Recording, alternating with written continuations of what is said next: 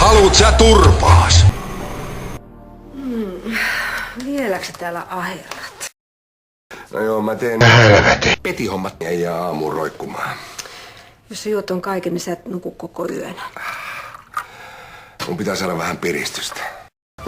Kolmus. Antaisit Jarnon tehdä ne aamulla ja tulisit mun viereen nukkumaan.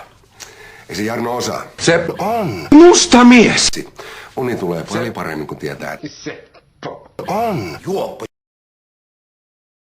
Sua, niin saat tehtyä nopeammin. Kultaa. Ei tässä enää kauan mene.